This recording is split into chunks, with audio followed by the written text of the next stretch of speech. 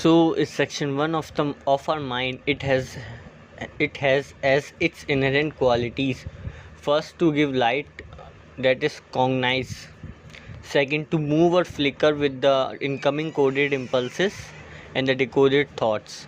To study this section 1 are two ways. First, to put it is in a quiet place free from all coming coded impulses, to select the life of a hermit. Second, to cover it like a lamp which regulates the wind and prevents from flickering or going out, and be of use to us whatever we may be. If we take the former course, section 1 will be steady as long as it remain there.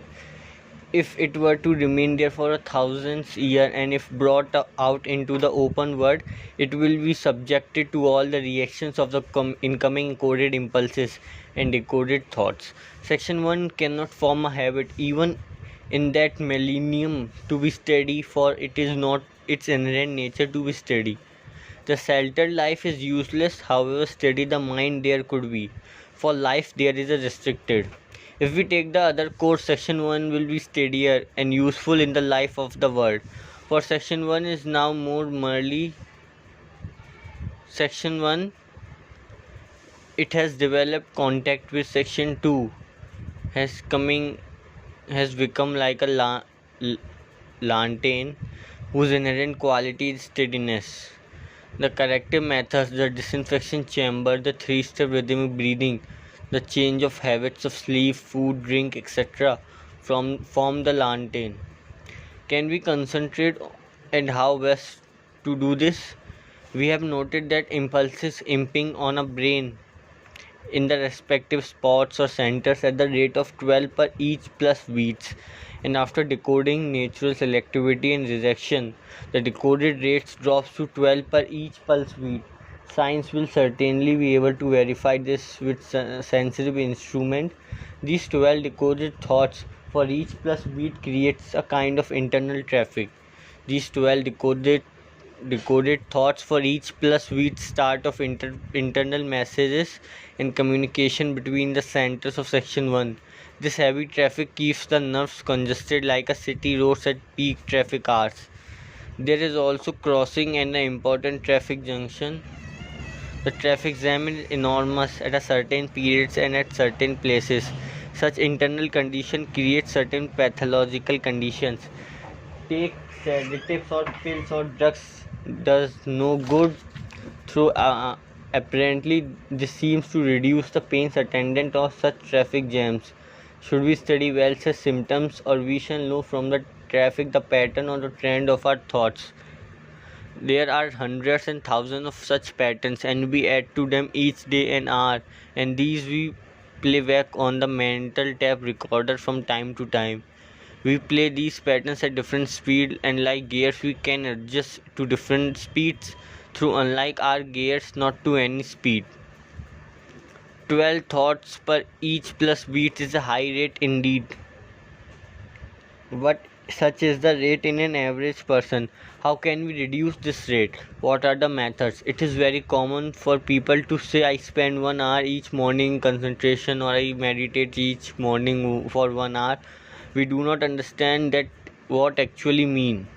They are prolonged drifts and quick drifts of the mind, and still quicker interpretation, and we'll never able to notice because of their suddenness and great speed. We do not realize that with our physical eyes open, we see particle pictures, clear lifeless pictures moving, and we honestly think that those in the pictures really move. And how much more so can invisible drifts and quick interprets befool us? There are certain limitations inherent in the physical senses. Thoughts are such of tenacity that we cannot command them by our will to disappear. This would amount to sweeping a room clear of darkness with a broom.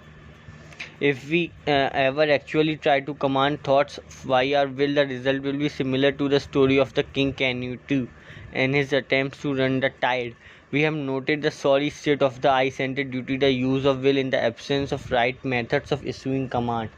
Of the 120 impulses reaches the various centers in the brain, it should be noted that it will depend on the ratio of centers. A person with 2482 ratio, these 120 impulses reaches the respective centers in the same ratio, and in case of a person with 5221, the 120 impulses will reach the respective centers in that ratio only. So we realize that first, without analysis of our drifts; second, without knowing the plus and minus resultant intensity of our centers; third, without introducing the corrective methods, it is impossible to get any plus resultant intensity. Without collecting one's zenyoga units, it is not possible to function with section 2 and interconnect it with the eye center of section 1. Till then, concentration, even in its rudimentary state, is not possible. Hence, what is concentration and how it is done? Concentration is a single and smaller step to meditation. And how can we meditate? To hold one thought for a 1 plus beat exclusively forms in the beginning of concentration practice. Resolution should not be made lightly.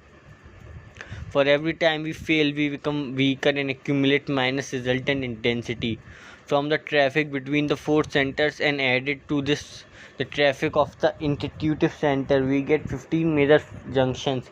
There are certain pathological symptoms attended on these 15 junctions and 108 smaller crosses of this traffic. The incoming impulses and outgoing decoded thoughts take a certain form. Further, the incoming coded impulses have their speed in a relation to the intensity of the centers concerned and to which they reach. According to their speed, they race through the nerves from the coded center to the decoded and back. In decoding on translating these decoded thoughts to action, the relevant organs, senses, limbs are made use of. However, it is not possible to apply corrective methods at that high speed of incoming coded impulses or even at the rate of decoded thoughts. What is then the solution? The ancient sages found the answer after long observation, and a sure method of helping the sincere aspirant was evolved. Thought they visualized must be confronted by something which should be equally subtle as the thought, the strength being is in. However, it is not possible to apply corrective methods at that high speed of incoming coded impulses or even at the rate of decoded thoughts. What is then the solution? The ancient method of helping the sincere aspirant was evolved. Thought the visualized must be confronted by something which should be equally subtle as the thought, the strength being the intensity of that something. They found that in breathing, man had a certain rhythm. They found that the movements of the diaphragm, the heart, and the lungs, like the movement of planets, had certain rhythm and ratio and balance. The whole creates some divine music. One thing is certain, that our breathing could be made more rhythmic and the timing could be improved. The breathing rate of a normal person is 18 to 20 breaths per minute. There is no regularity for this rate of breathing is faster or slower during the day or night or from the day to day, or and this change is not consciously brought about. The practice of the three-step rhythmic breathing brings this rate down and keeps it constant at 12 per minute. This breathing, when mastered and imposed for 24 hours a day, slowly appreciable at the decoding thoughts of the centers, and this is brought about without using any physical will. There are some who practice the control of vital energy and govern the subtle force of prana and apna, thereby transforming their prana onto apna or their apna into prana. Concentration is the art of controlling the impulses. These impulses are received from food and drink, breathing, sensation of sound, smell, touch, and sight. We have also noted the corrective methods for each. Sincere adherence to the methods and the techniques shown would bring a person worse to the CCS. An important step is pratyahar. The first four steps bring one to the bank of a river. Then there is the river and there is the another bank. On the other bank is the master waiting for a sincere disciple to come. The disciple here has, after a long journey, come to the bank of a river. The river we call the no man's land, or the fifth step of pratyahara. Man has a certain pattern of behavior, and these patterns are hundreds of thousands. Thereafter, no human being seem to behave similarly or similar. These patterns, however, maybe are limited, and therefore it is possible to mathematically code these patterns, index them, and file them. After such methodical arrangement, it is like feeding a computer with certain digits and expecting a certain answer. Yet we may not damage the dignity of man for his divinity by reducing him into a machine, however complex, by compounding a new theory of man being like a machine. Mathematically, however, it is clear that these patterns, if fed into suitable machine, will create certain effects. These patterns therefore create certain behavior or action on the physical plane. Coded impulses are decoded into thoughts and action. These actions are considered by man himself in a different manner, or rather he looks upon these actions as inevitable and as a force result. Man interprets these actions as effect, which in turn becomes a cause of the mental or psychological patterns which are fed into this so-called fine machine as if by some higher powers. Some view that is incorrect. The man has the liberty and has the freedom to feed in whatever patterns it would like, and so control the result action on the physical plane, and therefore the result attended thereon. There is yet another aspect where it is claimed that man is not like a computer of high order, but is actually free from all these mental or psychological patterns. He can create something new always and be responsible for it. There are yet some more human beings who feel that there is a higher power that feeds in the patterns, as this power would divinely wish, and therefore man will act according to the desire of the divine being. The man cannot match his will against that of the divine being. The consolation is that if we accept the divine choice or divine will of the divine being for all time to come, we shall be idling at peace in some wonderland called heaven. Hell, therefore, is the price of revolt. There is yet another group that claims man is God himself and the supreme architect. This leaves the whole world today as it was yesterday in doubt. What is true? We have seen that the man has also the ability to carry out function which the advanced techniques of science cannot match. In carrying out certain activities like breathing, which is not possible for a man to do consciously, there is a method laid down for internal administration which is left to the higher centers of section 1 of the brain to carry out. To describe further, suppose we ask a friend to stand at a door and prevent certain types of persons from coming in. Your friend is sincerely helping in keeping these people out, but is himself held in the bondage is attending at the door and cannot peacefully come in and be with you. This friend is like your mind within. The other people are types of impulses you want to keep out. So your mind remains engaged full time in trying to keep these impulses from coming in. Instead of the bondage of indulgence of certain thoughts, you poisely engage yourself in the bondage of preventing these impulses from coming in. Sincere aspirants have found to their dismay that no sooner an attempt is made for a better life than, as if from some unknown quarter of the mind, a host of thoughts rush into suffocated this novel urge, and the aspirant is astounded that such a host of viscous thoughts ever existed within him. Such poisely belief that the Lord is putting him or her to test never suspected the strength of ENS centers and hundreds of thousands of thought patterns, all stored within, as well as the eye center, unmethodical approach to the whole problem.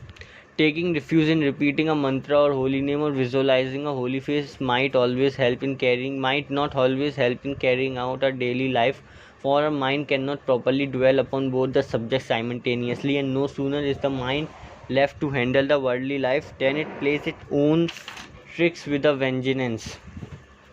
So by putting the teaching of the books into operation, one is able to put into operation all the steps needed for the art of controlling of coded impulses. Sincere practice will bring one to the words of CCS, which form one bank of the river. Just as the river has two banks, so the flowing river of life has also two banks. One side of the bank is of the aspirant, below and up to the CCS. On the other bank is the higher spiritual stage of goal of life. Crossing the river is essential in order to go over to the other side. When in the river, we can decide where we shall land on the other side. This river of life is normally very turbulent river. Crossing from one bank to another, one would need a good boat and a skillful boatsman.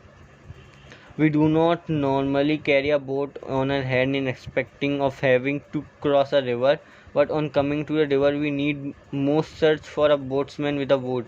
We can neither search for nor find a boatman before coming to the river. A rocket to be free from the gravitational pull of the earth has to develop a certain speed or intensity, and for a rocket to escape the gravitational pull of the sun, the intensity or speed required would be many more times. Is this gravitational pull a devil? Is this gravitational pull of the earth or sun or a smaller or bigger devil?